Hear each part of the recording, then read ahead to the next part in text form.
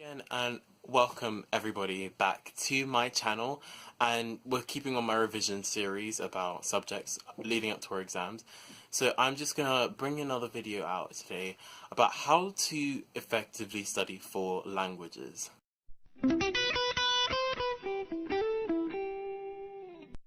Now, as you've probably seen below, this is probably going to be one of the shorter videos because there is not much to revise for languages. This is specifically for anyone doing the old spec, because my year is the last year group to do the old spec.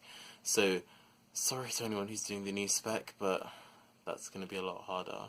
There is not much to revise for our old spec, I tell you that now, and I'm sorry to anyone who is going to shout at me or be angry at me, but the truth is the truth. There is not much for our old spec. Listen, there is one thing that I can tell you that you can do to effectively revise for this GCSE.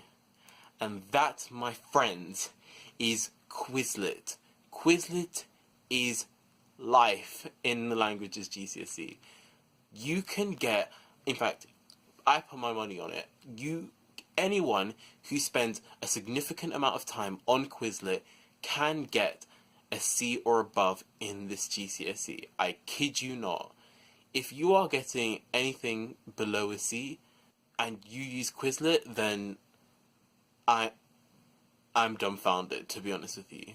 Because Quizlet is just everything you need for this GCSE. It's not much.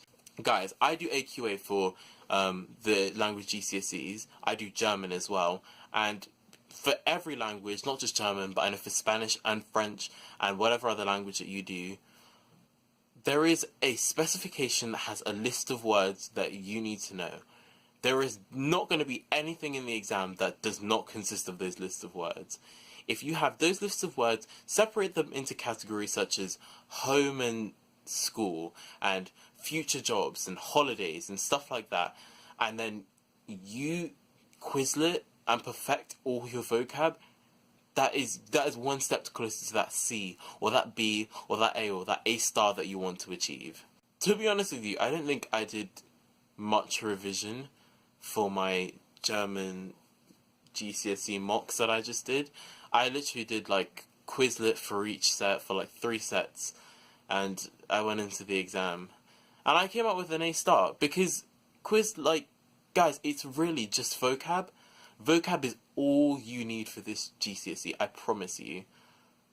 The only other thing I can say is for the listening exam, I can say that I would give the advice that you listen to some, if any, authentic language shows that you might want to watch. So for example, I am a big fan of anime or manga, and I will literally look for a German dub of an anime or a manga that I've really enjoyed, that I've watched before, and I'll just listen to it. And yes, they will talk very, very fast, but the speed in which they talk is not the main point here, because you're not trying to understand everything they say. You just want to be familiar with how they speak and how they actually enunciate their words and how they use the language.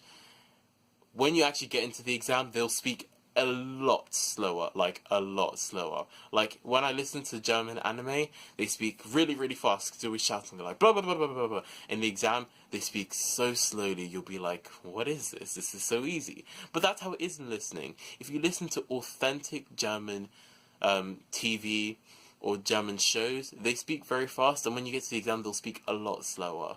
That's it.